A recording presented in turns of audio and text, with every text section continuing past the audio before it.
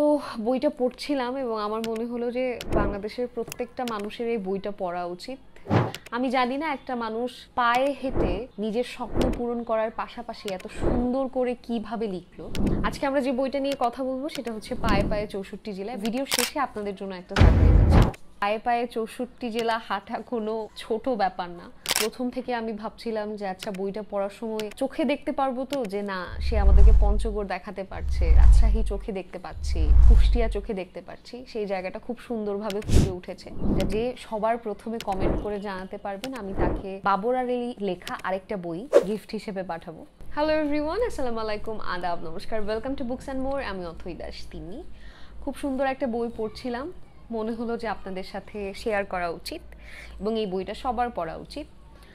আমি যদি বাবর আলীর কথা বলি, সবার আগে আপনারা বলবেন যে তিনি বাংলাদেশের বেশ কিছুদিন আগেই এভারেস্ট জয় করেছেন এবং বাংলাদেশের নাগরিক। কিন্তু আমি তাকে একটু একটু হিংসে করছি ইদানিং, কারণ তার লেখা বইটা পড়ে আমার মনে হচ্ছে যে একটা মানুষ সব কিছুই পারে এবং একটা মানুষ পৃথিবীতে আমাদের যেগুলো দেখার স্বপ্ন বা আমরা যেগুলো আসলে স্বপ্নই দেখি, সাহস হয়তো করতে পারবো না, সেগুলো নিজে করছে এবং তার পাশাপাশি এত সুন্দর করে কিভাবে একটা মানুষ লেখে আমি জানি না। আজকে আমরা যে বইটা নিয়ে কথা বলবো সেটা হচ্ছে পায়ে পায়ে 64 জেলা এবং ভিডিওর শেষে আপনাদের জন্য একটা সারপ্রাইজ আছে। পায়ে পায়ে 64 জেলা বাবর আলী লেখা এবং তিনি কিন্তু পায়ে হেঁটে 64 জেলা ঘুরে দেখেছেন, পঞ্চগড় থেকে কক্সবাজার, মানে পঞ্চগড় থেকে টেকনাফ। আমার বইটা পড়ার আগে আমি যখন বইটা নিয়ে শুনি আমার মনে হচ্ছিল যে একটা মানুষ হেঁটে আর কতটুকু লিখতে পারবে, বা হেঁটে একটা শহরের বা একটা গ্রামের বা একটা জেলার বর্ণনা সে কতটুকু দিতে পারবে। বাট আমার পুরো ধারণাটার পরিবর্তন হয়ে গেছে। আমি জানি না একটা মানুষ পায়ে হেঁটে নিজের স্বপ্ন পূরণ করার পাশাপাশি এত সুন্দর করে কিভাবে লিখলো। আমার মনে হচ্ছিল যে বাবর আলী যখন পঞ্চগড়ে আছে আমিও পঞ্চগড়ে আছি, যখন তিনি রাজশাহীতে আছেন আমিও রাজশাহীতে আছি, এবং যখন তিনি টেকনাফে আছেন আমাকে নিয়েই সেই জায়গায় তার পথের সমাপ্তিটা করেছে। এত সুন্দর লেখা আমার খুব অদ্ভুত লাগছিল। প্রথম থেকে আমি ভাবছিলাম যে আচ্ছা বইটা পড়ার সময় চোখে দেখতে পারবো তো, যে না সে আমাদেরকে পঞ্চগড় দেখাতে পারছে, বা রাজশাহী চোখে দেখতে পাচ্ছি, কুষ্টিয়া চোখে দেখতে পাচ্ছি। সেই জায়গাটা খুব সুন্দরভাবে ফুটে উঠেছে বইটার ভেতরে।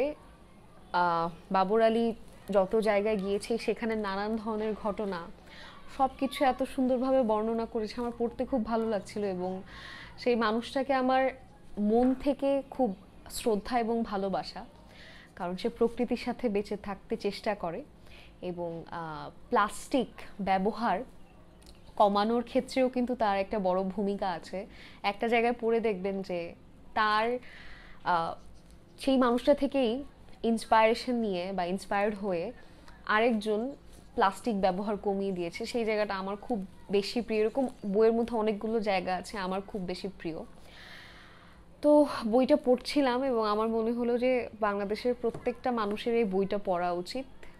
আপনার পায়ে পায়ে আপনি হয়তো 64 জেলা হাঁটতে পারবো না, কিন্তু বাবর আলীর লেখার মাধ্যমে আপনি 64 জেলার খুব সুন্দর একটা বর্ণনা পাবেন। এবং আমার খুব মনে হচ্ছিল, কারণ আমি ছোটবেলায় স্কাউটিং করতাম এবং অনেক জায়গায় ক্যাম্পে যেতাম। তো পঞ্চগড়ে আমার মনে আছে যে আমাদের হাইকিং ছিল, আমাদের হেঁটে একটা পথ পাড়ি দিতে হতো। আমার সেই সময়টার কথা খুব মনে পড়ছিল। বড় হয়ে যাচ্ছি যত, আমার মনে হয় যে জীবনটা কোনো না কোনোভাবে চার দেয়ালের মধ্যে বন্দী হয়ে যাচ্ছে বা আমরা ব্যস্ত হয়ে যাচ্ছি। আমি যখন স্কুল লাইফে ছিলাম বা কলেজে ছিলাম তখন আমার খুব, আমি স্কাউটের সাথে যুক্ত ছিলাম, এখানে সেখানে নানান ধরনের ক্যাম্পে যাওয়া হতো, হাইকিং করতাম, অনেক মানুষের সাথে পরিচয় হতো। বইটা পড়ার সময় কেন জানি আমার খুব আফসোস হচ্ছিল যে আমি ওই দিনগুলো ফেলে এসেছি, এবং বইটা পড়ে খুব শান্তি লাগছিল। এত বেশি সুন্দর এবং এত বেশি সুন্দর করে বর্ণনা করা হয়েছে। পায়ে পায়ে 64 জেলা হাঁটা কোনো ছোট ব্যাপার না।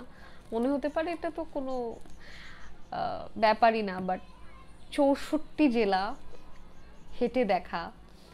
এবং আমি জানি না আসলে, আমি হয়তো বইটা পড়ে আমার যতটুকু মনে হয়েছে, বাট সেই মানুষটা কত বেশি এক্সপিরিয়েন্সড সেইটা আমার মনে হচ্ছে, এবং সেখানে আমার একটু হিংসেও হচ্ছে যে সেই মানুষটা কত কিছু দেখেছে, কত কিছু জানে, কত কিছু সাক্ষী।